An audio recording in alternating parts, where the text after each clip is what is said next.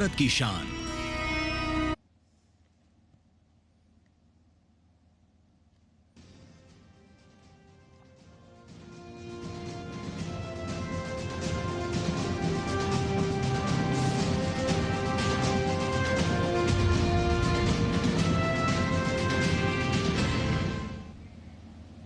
नमस्कार, किसान समाचार में आपका स्वागत है। मैं हूं नवादिश चौधरी। सबसे पहले हेडलाइंस। अमित शाह की सभी राज्यों और केंद्र शासित प्रदेशों के सहकारिता मंत्रियों के साथ बैठक, योजनाओं की व्यापक समीक्षा सहित सहकारिता के क्षेत्र में मजबूती पर हुई बातचीत।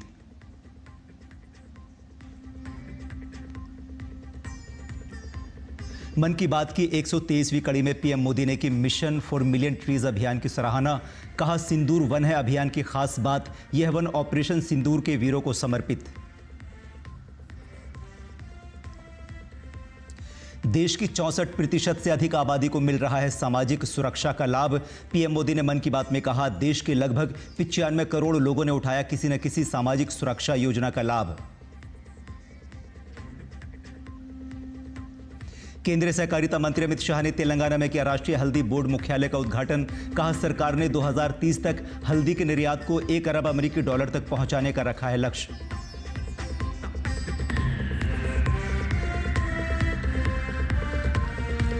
उत्तराखंड और हिमाचल प्रदेश में भारी बारिश से जनजीवन अस्त व्यस्त। दोनों राज्यों में रेड अलर्ट, शैक्षणिक संस्थान बंद। आगामी 2 दिनों में मध्य और उत्तर पश्चिम भारत में तेज वर्षा की संभावना।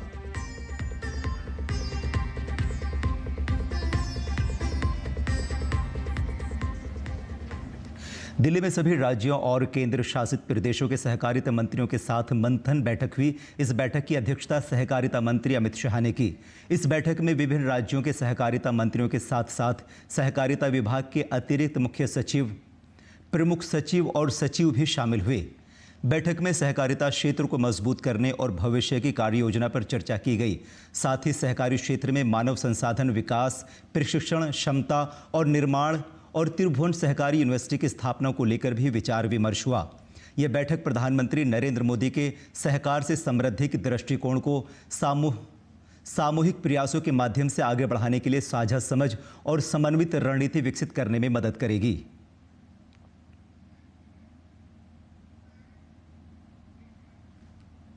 प्रधानमंत्री नरेंद्र मोदी ने मन की बात की 123वीं कड़ी में गुजरात के अहमदाबाद में मिशन फॉर मिलियन ट्रीज अभियान की सराहना की। उन्होंने कहा कि अभियान का लक्ष्य लाखों पेड़ लगाना है। इस अभियान की एक खास बात सिंदूर वन है। यह वन ऑपरेशन सिंदूर के वीरों को समर्पित है। पर्यावरण के लिए एक और सुंदर पहल देखने को मिली है गुजरात के अहमदाबाद शहर में।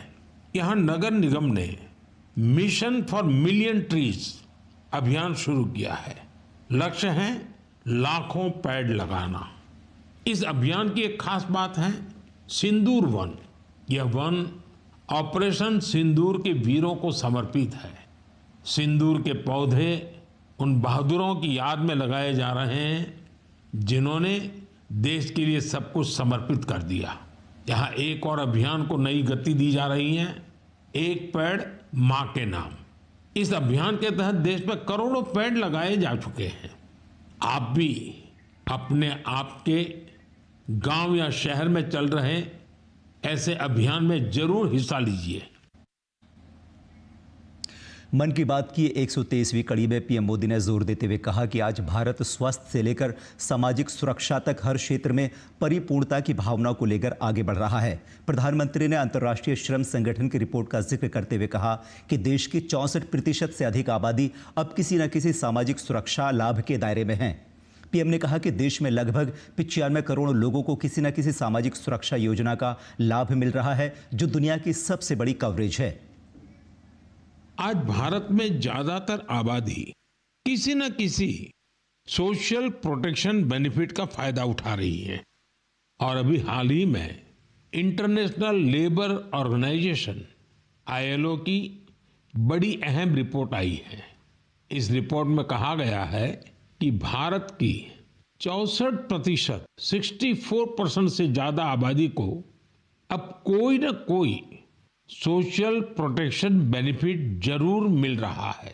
सामाजिक सुरक्षा ये दुनिया की सबसे बड़ी कवरेज में से एक है।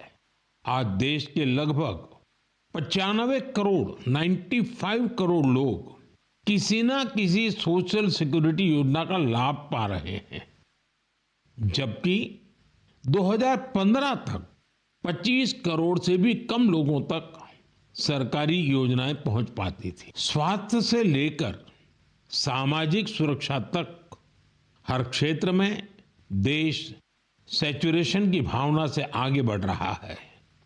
ये सामाजिक न्याय की भी उत्तम तस्वीर है।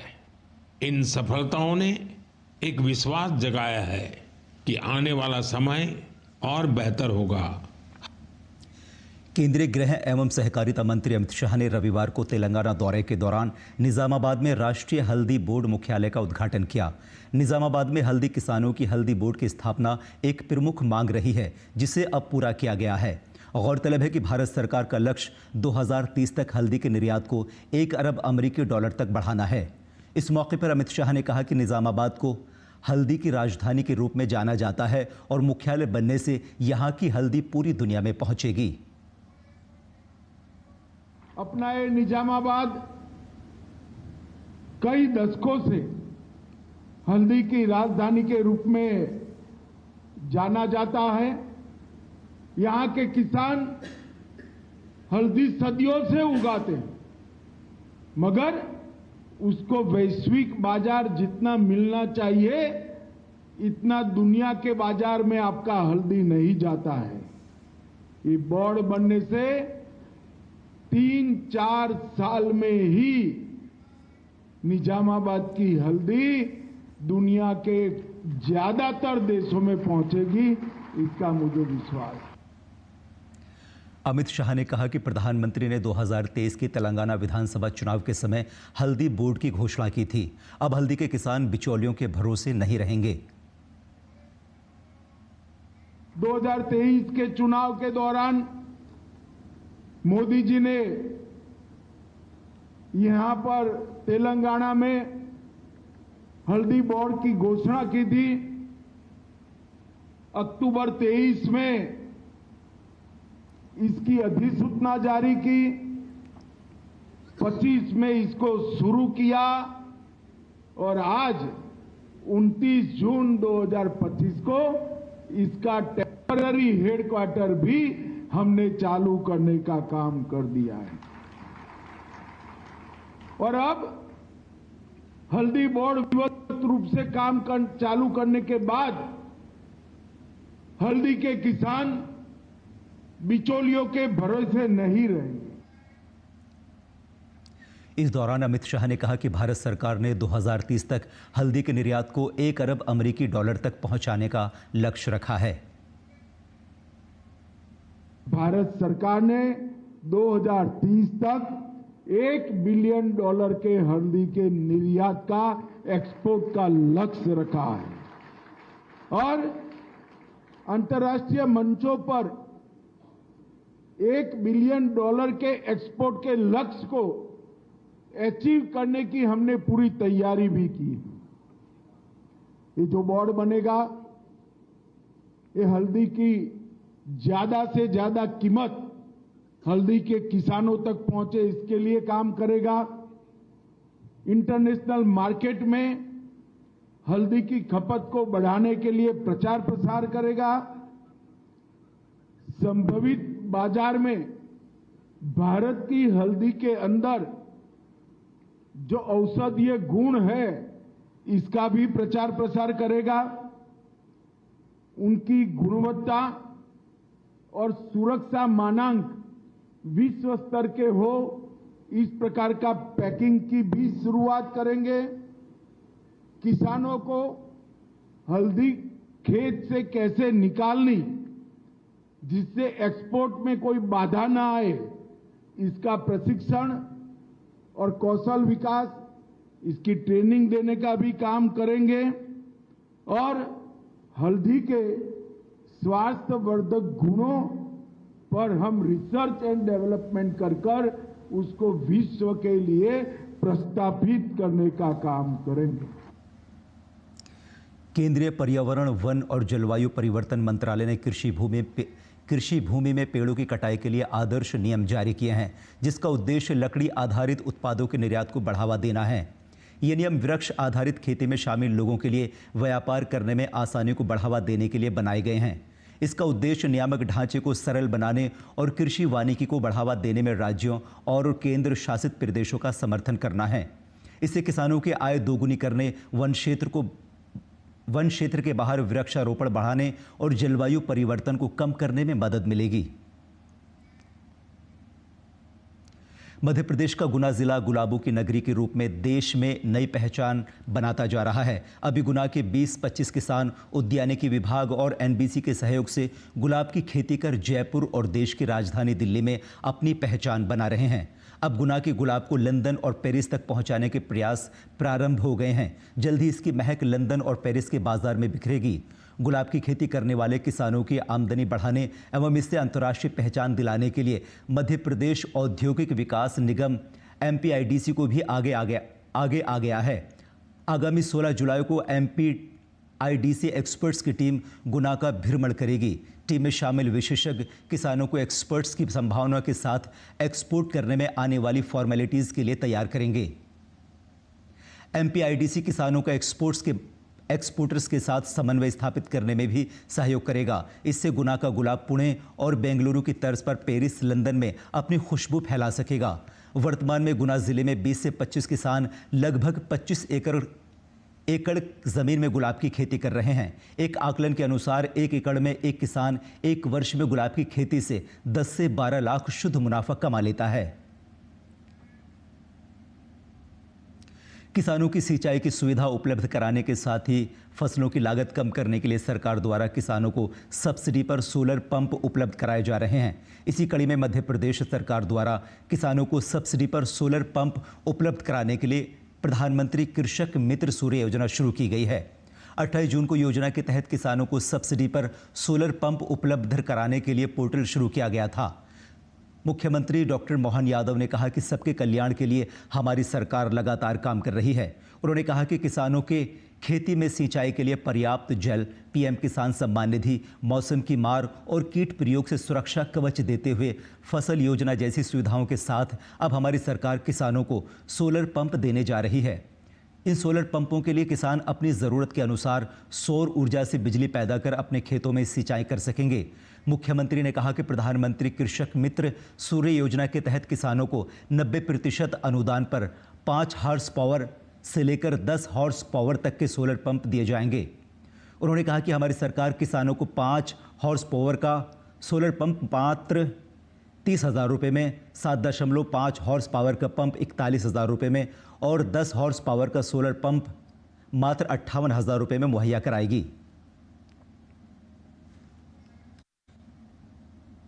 प्रधानमंत्री सूर्य घर योजना के तहत लोगों को भारी बिजली के बिल से आज़ादी मिल रही है। बिहार के मुजफ्फरपुर के रहने वाले इंजीनियर अशोक भी उन्हीं में से एक हैं। अशोक कुमार जब से PM सूर्य घर योजना के तहत सोलर पैनल लगवाया है, तब से उन्हें बिजली बिल के जंजाल से आज़ादी मिल गई है। उन्होंने अपनी छत पर 10 kV का प्रधानमंत्री सूर्य घर योजना के तहत सोलर पैनल लगवाए हैं, जिसमें उन्हें 78,000 रुपये की सब्सिडी भी मिली है।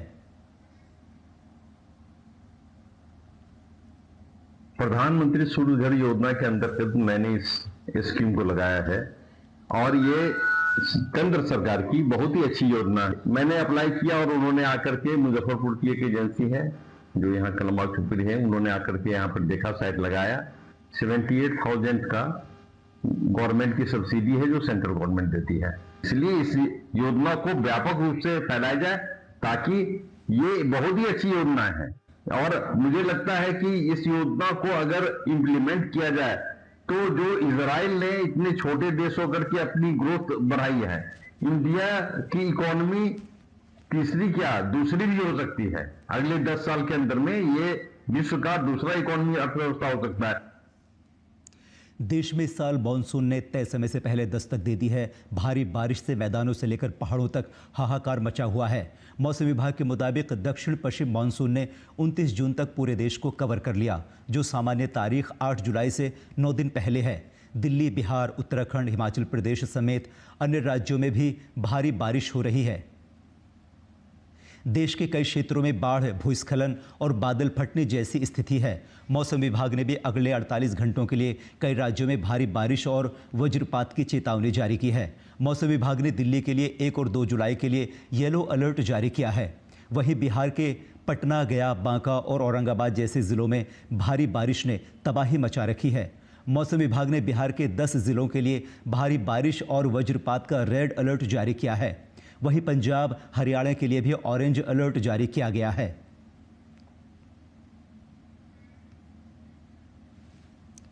देश में इस साल मानसून ने तय समय से पहले दस्तक दे दी है। भारी बारिश से मैदानों से लेकर पहाड़ों तक हाहाकार मचा हुआ है। मौसम विभाग के मुताबिक दक्षिण पश्चिम मानसून ने 29 जून तक पूरे देश को कवर कर लिया, जो सामान्य तारीख 8 जुलाई से 9 दिन पहले है। दिल्ली, बिहार, हिमाचल प्रदेश समेत अन्य राज्यों में भी भारी बारिश हो रही है। देश के कई क्षेत्रों में बाढ़, भूस्खलन और बादल फटने जैसी स्थिति है। मौसम विभाग ने उत्तराखंड के कई जिलों में भारी बारिश की चेतावनी जारी की है। प्रदेश के कई क्षेत्रों में भारी बारिश का रेड अलर्ट है। मौसम विभाग के मौसम विज्ञान केंद्र के अनुसार देहरादून, नैनीताल, पौड़ी, टिहरी, उत्तरकाशी, रुद्रप्रयाग, चंपावत और उधम सिंह नगर में भारी बारिश हो सकती है। इसके अलावा अन्य जिलों में भी गरज चमक के साथ तेज बारिश हो सकती है। ज़्यादातर क्षेत्रों में अगले 3 दिन बारिश हो सकती है। मौसम विभाग के अलर्ट के चलते प्रशासन ने स्कूल बंद रखने के आदेश दिए हैं। उत्तराखंड आपदा प्रबंधन विभाग ने भारी बारिश की आशंका को देखते हुए कक्षा 1 से 12वीं तक संचालित सभी शैक्षणिक संस्थानों और आंगनबाड़ी केंद्रों में आज अवकाश घोषित किया है। पहाड़ों और नदी नालों के किनारे विशेष सतर्कता बरतने के निर्देश दिए गए हैं। बता दें कि उत्तराखंड में बीते कई दिनों से भारी बारिश हो रही है। पहाड़ से मैदान तक बारिश की वजह से जनजीवन अस्त व्यस्त हो, कुछ दिन तक राहत के आसार नहीं हैं।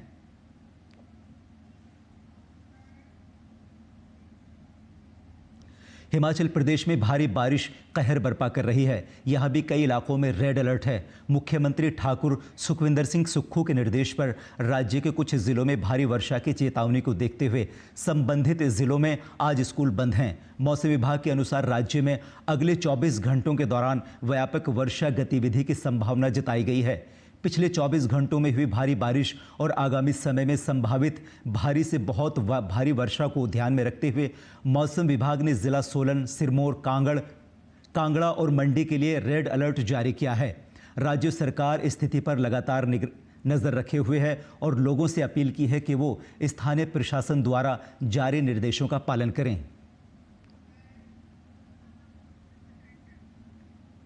और अब बात मौसमी खेती की। किसान इस समय में कैसे रखें अपनी खेती का ख्याल, देखते हैं इस रिपोर्ट में। नमस्कार, आप देख रहे हैं डीडी किसान। मैं हूं एआई कृष और आज हम भारत के विभिन्न राज्यों में होने वाली खेती किसानी से संबंधित सलाहों के बारे में पूरी जानकारी देंगे। मौसम को ध्यान में रखते हुए जम्मू और कश्मीर के उपोष्णकटिबंधीय क्षेत्र में मक्का की बुवाई कर लें। साथ ही यहाँ के किसान सब्जियों के खेतों में जरूरत के अनुसार सिंचाई करें। वहीं मध्यवर्तीय क्षेत्र में सुबह और शाम के समय मक्के की बुवाई जारी रखें। घाटी के समशीतोष्ण क्षेत्र में बीन्स की बुवाई करें। साथ ही फूल आने की अवस्था में हल्की सिंचाई कर लें। वहीं पंजाब के किसान खरीफ धान के लिए नर्सरी की तैयारी जारी रखें। पश्चिमी क्षेत्र में मक्का और भिंडी की बुवाई कर लें। हिमाचल प्रदेश के किसान मक्का के खेतों में उचित जल निकासी की व्यवस्था रखें। साथ ही यहाँ के किसान सब्जियों के खेतों में भी जल निकासी का प्रबंध करें। हिमाचल प्रदेश के किसान टमाटर और शिमला मिर्च जैसी सब्जियों के पौधों को सहारा प्रदान करें। साथ ही उपज को सुरक्षित भंडारित करें या प्लास्टिक शीट से ढक दें। बात करें पंजाब की, तो पंजाब के पश्चिमी और मध्य मैदानी इलाकों में देसी कपास की बुवाई की जा सकती है। वहीं हरियाणा में धान की नर्सरी तैयार कर लें। हरियाणा में अभी के समय मूंग, उड़द और अरहर की बुवाई कर सकते हैं। साथ ही हरियाणा के किसान बीटी कपास की बुवाई पूरी कर लें। इसके अलावा हरियाणा में अभी का समय बाजरे की बुवाई के लिए अनुकूल है। बात करें दिल्ली और इसके आसपास के इलाकों की, तो धान की नर्सरी में बुवाई कर लें। साथ ही यहाँ के किसान अगेती फूल गोभी, टमाटर, मिर्च और बैंगन की बुवाई करें। इसके अलावा दिल्ली और इसके आसपास के किसान अरहर, मूंग और उड़द की बुवाई कर लें। इसी तरह कृषि और किसानों से जुड़ी हर महत्वपूर्ण जानकारी के लिए हमारे साथ जुड़े रहिए और देखते रहिए डीडी किसान। धन्यवाद।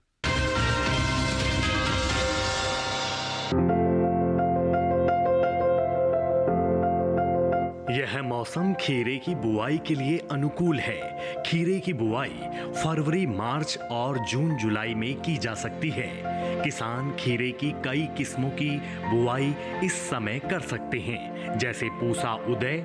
खीरा की पूसा उदय किस्म की बुआई दिल्ली में की जा सकती है। 1 हेक्टेयर से 156 क्विंटल तक पैदावार ली जा सकती है। पूसा उदय का फल मध्यम आकार का होता है। इसकी लंबाई 13 से 15 सेंटीमीटर तक होती है।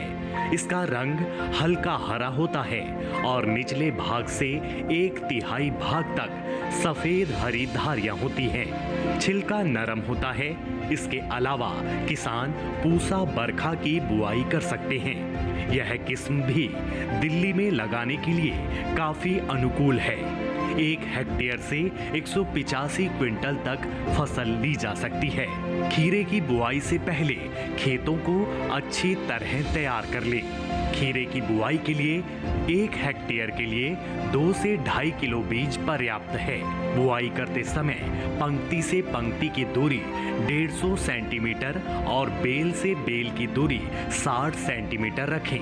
अगर बात सिंचाई की करें तो शुरू में फसल की जरूरत के अनुसार सिंचाई करें और फूल आने की अवस्था में हर 5वें दिन फसल में सिंचाई करें। खरपतवार नियंत्रण के लिए फसल में समय समय पर निराई गुड़ाई करते रहें। खीरे की फसल में लाल कीड़े के हमले का खतरा रहता है।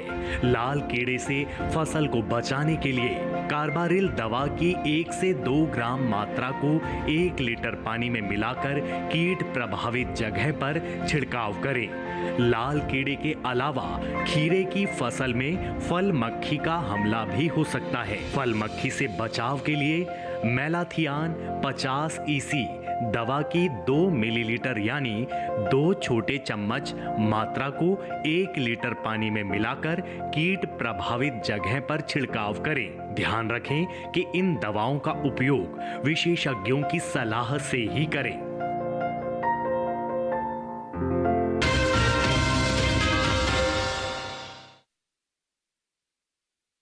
नजर डाल लेते हैं कुछ और महत्वपूर्ण खबरों पर। खास खबर में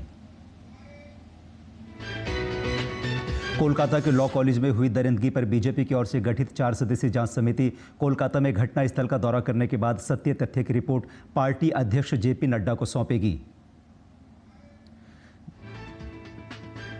भाजपा महिला मोर्चा ने सामूहिक बलात्कार की घटना के खिलाफ न्याय की मांग करते हुए मशाल मार्च निकाला। इस घटना की निंदा कर मुख्यमंत्री ममता बनर्जी से इस्तीफा मांगा। वक्फ कानून को संसद के पास फाड़कर फेंक देने के आरजेडी नेता तेजस्वी यादव के बयान पर सुधांशु त्रिवेदी ने पूरे इंडी गठबंधन को निशाने पर लिया और पूछा कि क्या बिहार में सऊदी अरब, इंडोनेशिया, तुर्की और आईएसआईएस से ज्यादा शरिया कानून लागू करने की सोच रहे हैं।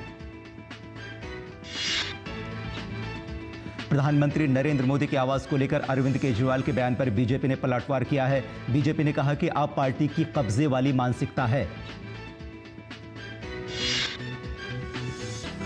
लिपू लेक और नाथुला दर्रे के रास्ते आज से कैलाश मानसरोवर यात्रा की शुरुआत, तो वहीं अमरनाथ यात्रा की तैयारियां पूरी। जम्मू में स्थापित विशेष केंद्रों में पहुंचने लगे श्रद्धालु।